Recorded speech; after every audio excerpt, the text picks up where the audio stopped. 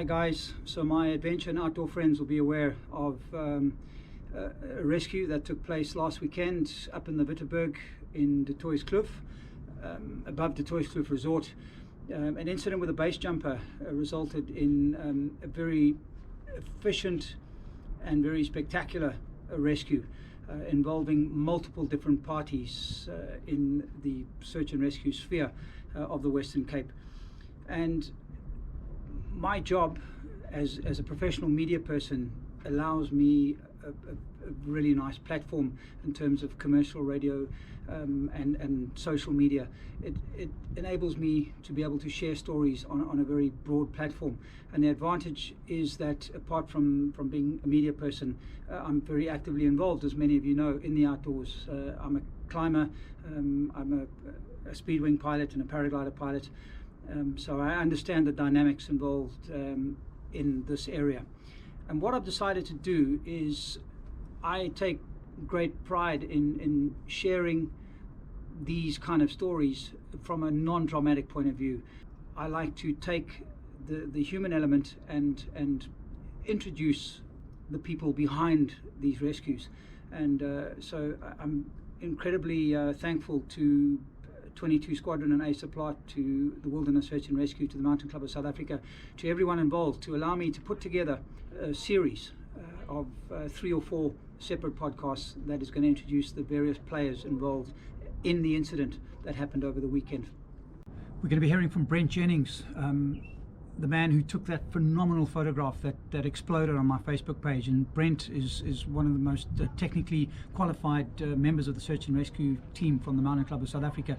And Brent was looking down. He was in that oryx, and when he was dropped, he was looking down on the oryx in an incredibly tight situation. He took that photograph that really caused the story of that rescue to go crazy. Justine, the young doctor who was featured in the Wilderness Search and Rescue video that I uploaded of her winching back up to the oryx with somebody who'd been on the mountain all night. Justine is also somebody who generally shies away from publicity, but Justine has agreed to sit with me and to talk and to allow me to share her story. Well, she's going to share her story with you. And then thanks to 22 Squadron at Easterplot, we're going to be talking to the pilot of the oryx and the crew of the oryx to get a sense from their perspective just what it was like flying the oryx in that situation. And my love and my passion, as I said, and something I'm very proud of, is sharing the true and the real life stories behind these rescues. I love to share the human stories behind these incredible people that are doing this work, because a lot of them are my friends. So I hope you enjoy this podcast series, and we're going to be starting off hearing from, as I said, the man who took that phenomenal photograph of the oryx from high up in the Witteberg. That image alone has, I think, caused this rescue on its own to practically go viral, certainly on my channels. Tell us the background to it. Well, there's a lot of background, but just in terms of the image itself, sometimes you are fortunate enough to be in the right place at the right time. You get the right angle, and you actually have the time space in order to actually take an image. Because generally, when we're operational, when we're working, particularly on the mountain or in and around aircraft, we don't have time, and basically you can't really take photographs because things happen quickly around helicopters, and you need 100% focus. So it just so happened that it was lucky in that we had a few hours of basically, we'd done the rigging, the patient had been accessed, there was a medic with them, and it was at the stage where the aircraft was coming in to evacuate the patient and the medic, which is obviously step 1 in the patient extraction procedure. And we just happened to have been dropped off in the right place to enable us to get a good view of the very close in hover. And what I wanted to capture was, because I'd been in the aircraft, we'd been dropped off in that position by the oryx, so we were basically in the aircraft at the time that the patient was accessed by the aircraft, and it was a very close in hover. Testimony to the brilliant skills of the crews from 22 Squadron, South African Air Force. They're brilliant, and I knew that it would look actually quite spectacular with them very, very close to the rock. Obviously, there's risk involved. You need to talk to the air crews about that, but I've got a lot of experience working in and around helicopters, and that one was tight, and I guess that's what I wanted to show in the photo. But we were lucky in terms of the weather conditions. Wind was very still. It was very good conditions for flying, so obviously the air crew were comfortable enough to get as close as that, and the photograph captures it. What the photo doesn't show is the several hundred meters of clear air underneath them. I mean, it's a big wall. Yeah. So it's very sheer, and that's also a bit of a spectacular thing, but we didn't capture that. Yeah. So, I mean, obviously you were quick to report and to respond to my question earlier. There's a lot of people involved in something like this. I mean, I know that there was not only the pilot of the RXE, he had a crew on board. There was the medical person from search and rescue.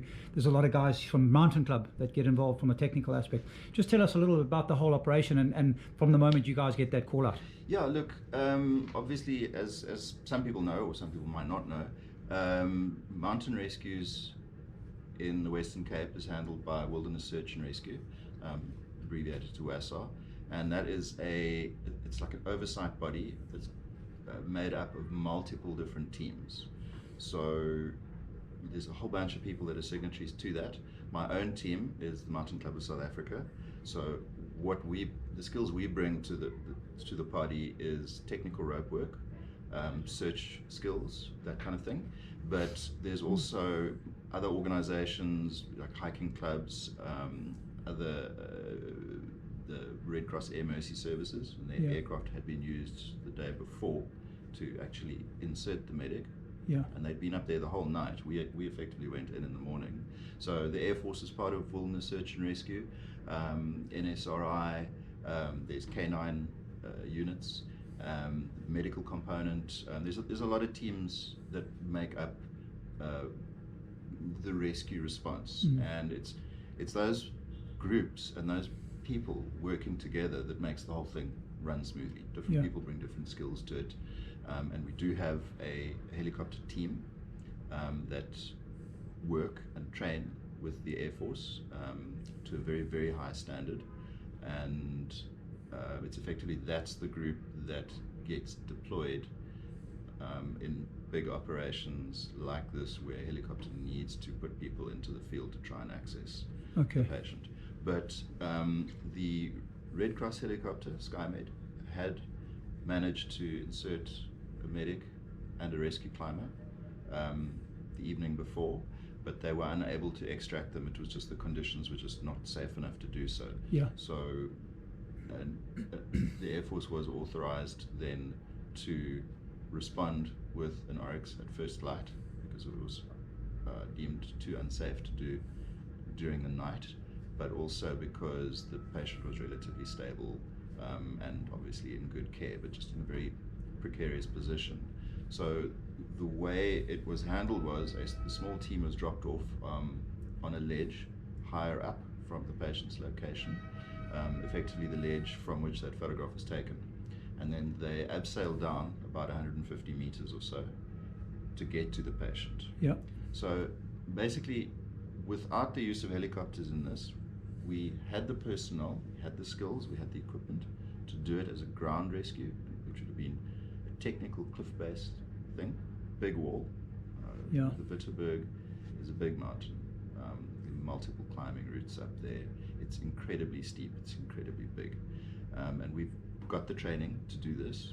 So if the aircraft wasn't able to access the patient, we were able, it could have been done, that we could have done it as a ground-based technical rope work operation. We had the personnel.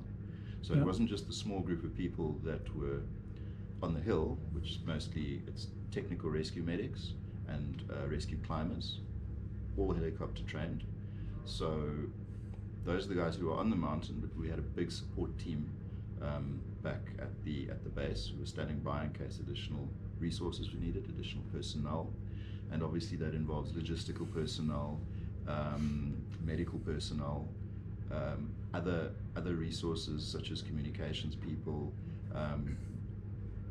and a few other organisations were also present, giving support, and obviously Metro, EMS, Emergency Medical Services, they were on scene as well, coordinating the whole event. And it was pretty impressive how quickly the patient was in the hospital that morning that the choppers went in at first light, that the RX went in. Yes, it was, because it required a little setting up, the technical stuff on the mountain, it gives the guys at the base time to organise the logistics of either getting an ambulance on scene, or, as in this case, having the patient transferred as quickly as possible with a helicopter to hospital. So it was pretty much undertaken as quickly and as efficiently as what we could manage. Yeah, the news has been put out that it was a base jump incident. I know the majority of the base jump crew, they are generally responsible, they well trained athletes, as are the climbing fraternity.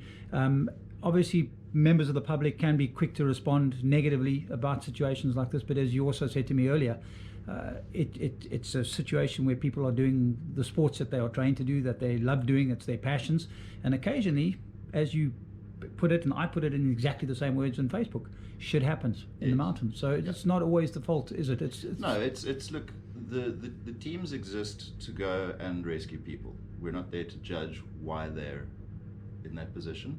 Obviously accidents happen, and sometimes even if you do everything right, you're perfectly equipped, you're perfectly prepared, you have planned your route or your hike or your jump or whatever, and sometimes accidents just happen. So even doing everything completely right is no guarantee that things aren't going to go wrong. But the point is that we exist to go and rescue people in those situations, and it might be friends of ours or not.